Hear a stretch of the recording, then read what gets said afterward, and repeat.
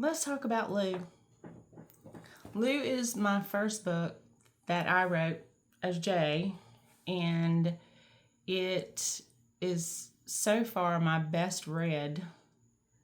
And I put the extended version out wide, so you get details in the extended version you are not going to get in the version on Amazon. I did that because I wrote the box set and I included at least one new character in there, and I did that on purpose because when I first wrote Lou, it was simple. And then as the series grew, and then we got into Blood Rights and then All Bite, it was not so simple anymore. It was not a cut and dried story. And I have realized now that I have been rereading the extended version just how many things become more clear as you move through the series. But I wanted to read you the first 3 chapters and let you get a feel for, number one, my writing style, which has grown and changed since 2022. And for the characters, because I really love Fire Ridge Pride and Blood Rights, and I really hope you love them too. So, here we go. Chapter 1 of Lou. Brooks Wren DeGotti, age 23. It was a lovely funeral. Cressida had chosen calla lilies, my favorite flower, and placed them in the wood. Mama always thought of everything. The night air held the sweet scent of magnolia. The trees from the garden were blooming under the pale moonlight. Above the fragrance, the scent of Palo Santo drew me in, and a fruity flavor coated my tongue, a small memory of wine with an added sense of trust, love, and hope for happiness. I followed the trail, a young auburn-haired man with the most beautiful green and brown eyes up to the pyre, his scent cocooning me, and I wanted to wallow in it. If only I could feel him. I will find you. He kissed my temple and backed away. Tears glittered on his lower lids, clinging to his calico lashes. What was his name? I longed for him as keenly as if he were the ghost of a missing limb. Who was he? Why didn't I remember? Henri Barreau, the man my father intended to mate me to, stood off to the side with Brandon, and the pair were consoling each other. He and my twin had an on-again, off-again relationship, and I didn't want Henri at all. I would not be reborn until Brandon died. My twin would inevitably do something to cause his death. Brandon had too many fingers and too many pies, always playing both ends against the middle. He'd even played me so well, I mistakenly trusted him and Henri. Now, I was laid out on the wood, adorned only in the lightning scar marring the left side of my face like the gnarling, twisted roots of a tree. A 2-inch lavender line marred the skin above my left hip. Where had that come from? Brandon wailed, the sound undeniably faked, and Mama cut her eyes at him as if to say, hush. She stepped up to the pyre and bent closer to whisper in my ear, I know you are here, mon fils. Twice from the vein. Next time we will get it right. Chapter 2. Dellswood. Lou, 2001. Everybody knew everybody in Dellswood. It was a small county, and at any given time only had 5,000 residents. Seemed like somebody died and somebody was pregnant the next week. We were friends and enemies depending on the day. On Tuesday nights, things were smoother than honey in the jar. I worked at the brewery teaching line dancing to the lionesses. They were drunk but happy, and all the drama from the week stopped at the door. Friday nights were supposed to be my downtime. I spent it at Soundside Bar and Grill. There, I got drama in droves. Listening to Uncle Zeno talk, the women were cattier than the men, but from my point of view, it was the other way around. Last Friday, it took me 2 hours to settle Josh Carter down about Joe Turner tearing up his field with the four-wheeler Thursday night. Sally Carter had a crush on Joe, and he'd been going to see her. Josh wasn't ready for his little sister to mate. But in the end, he saw it as a good thing when I suggested he and Josh could merge their businesses. Joe wrote phone apps and Josh sold tech to the other prides. Saturday, I spent with Summer Heat, the new gelding we got from up north. Sweet little thoroughbred, but skittish. He tore down the fence in the paddock when Sweetbriar poked his head out the barn doors. Took an hour to catch him and then an hour to fix the fence. Uncle Zeno asked me 4 times at Sunday supper how I managed to get Josh and Joe settled when I smelled like manure all the time. I just grinned, told him he had to listen more. Kings rarely listen to anyone, though, and Zeno listened less than most. He'd ask me a question and follow it up with a lecture on wearing something without holes. Mama would give me a pleading look, and Granddaddy always kept his eyes on the plate. Last night, Zeno all but ordered me to go to the Dellswood Festival after supper and to wear something decent, but I didn't have time. Sweetbriar went into labor after I cleaned the kitchen. Spent my night sitting up with her. Sassafras finally made her entrance just before sunup. Mama and Fo were doing just fine when I left for school. 1 more month, and I graduated early, if I could manage not to be late for my first class. Lou. Bobby Joe Wheeler slid over the hood, grinning like Granddaddy's farm cat Jessup, who'd just brought no less than 5 dead rats to the back steps that morning.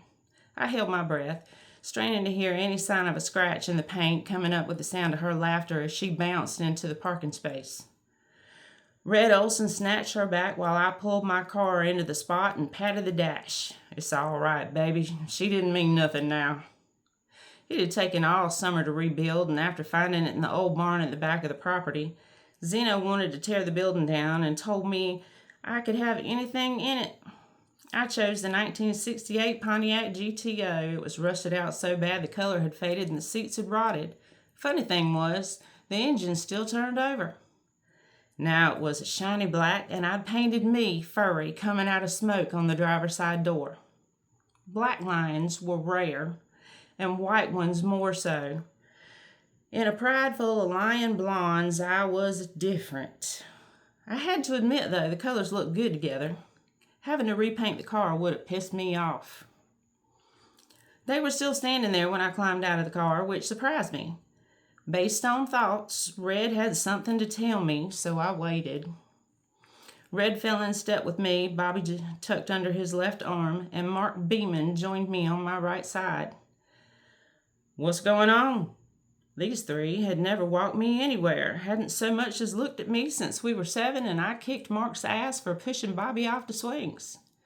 They decided we'd never talk about the fact that I dominated them both when Red got in it and I kicked his ass too. "So," Red began, and I knew the tone. It meant we were getting ready to discuss gossip. "There's a new guy. Showed up with your uncle at the festival yesterday." My normal response, "Don't go talking about people and everything, everybody will get along just fine," died on the tip of my tongue. New guy meant fresh meat on the once-a-month run, unless the humans had decided they liked Dellswood's cozy rustic charm. That happened once. Rich dude from California had a mental breakdown and moved slam across the country for some fresh air rest and relaxation. Bought old Hemby hunting lodge. His kind of hunting wasn't our kind of hunting. Mark pulled me to a stop, his brown eyes holding mine for longer than a comfortable, and he looked away first. "He's staying in your guest house." "Okay." Uncle Zeno hadn't brought anybody to supper last night, and I'd been in the barn after to keep Sweetbriar calm. "So you've met him then?" Red questions had me wondering what this new guy had done at the festival. I started to say no, thought better of it, and when we reached the steps and Johnny turned his back on me. He walked into the building with Jolene, neither looking back at all.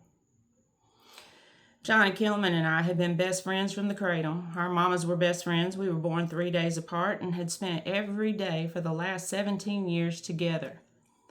We had our differences, and sometimes we fought when Johnny got a little too out of bounds, but we were still friends. Every morning during the week, he waited for me on the front steps, usually wrapped around Jolene Turner. He'd been in love with her since kindergarten when she got gum stuck in his hair. They teased me because I hadn't asked anybody out. Thought maybe there was something wrong with me. By 17, most lions had dated at least one girl, if not two, before settling down with a mate. Mates were a whole other complication, and one I did not have. Hadn't heard from Johnny since lunch the day before when he told me he was taking Jolene to the festival. Maybe I should have asked Granddaddy to stay with Sweetbriar? What happened? Mark popped red in the back of the head. Told you he didn't know anything. Johnny's just being stupid. About what? That time I hoped for a real answer. So far, they were taking the long way around to get to the point. Red kissed Bobby Joe and she patted my chest before walking into the school. Mark stepped closer and I held my breath over his scent. It was a struggle during the run not to eat every member of my pride because they all smelled gamey. Skinned, I could maintain distance. Furry, they all wanted to take me down and couldn't. Made things a little too close for comfort during the runs. Lou. Mark snapped his fingers in my face. They had something to say, and I wasn't going to like it. Red rubbed his chin. There was 3 days' worth of stubble growth there, and it looked itchy, but I kept my opinions to myself. Facial hair had never appealed to me. He dropped his hand, slouched down, and rose when our eyes met. He smelled you on Johnny. Smelled me? We spent a lot of time together. If Mama wasn't at Shell's, then Shell's was sitting on Mama's kitchen after school. Before he got a car, we rode the bus to and from school together, getting off at his house or mine. Why did it matter what Johnny smelled like? The whole conversation confused me. The new guy? Yeah. Mark leaned back, looked around, and then leaned in again. Challenged Johnny over you. At the festival? Holy hell. Johnny wasn't on my radar like that. Not that anybody was. 5,000 lions and lionesses and 1,500 square miles and not one smelled right. Red nodded. In front of everybody. The thoughts around me started coming in triple time. Everybody had one question they wanted to ask. Had Johnny and I been together? Part of me wanted to laugh, but that would have been the wrong reaction. Nobody knew I didn't. Hell, it was going to be a long day. Okay. First 3 chapters of the extended version, and yes, the first 2 were from the original version. I'm not a narrator, so I hope you understood, but there's a lot of things going on in Lou, and Lou in the beginning is just trying to keep to himself, basically. And as I reread the extended version before I put it up on Kobo and Barnes & Noble, going through Draft Digital, so you know it's going to be in a lot of places, I'm sitting there going, oh wow, because I know how the story goes, and as a pantser, it all fits back together now. And this first book really lays out some things that sometimes it baffles me how I managed to do that. But the first book, it lays out some things. And Brooks is going to come back in. There's a reason he's in this story, because Lou's big thing is looking for a soft place to fall. And as you read the extended version, you begin to understand how that works without Brooks slash Kian's point of view, and some things from Lou. There's some things from Lou that are in here that are not in the original version. They give you the sense of understanding how that soft place to fall comes into play and what his relationship is with camp. So I wanted to lay that out there for you. I wanted to give you a taste of what the extended version is like. I hope you understood it. I hope I didn't talk too fast. And I will talk to y'all later.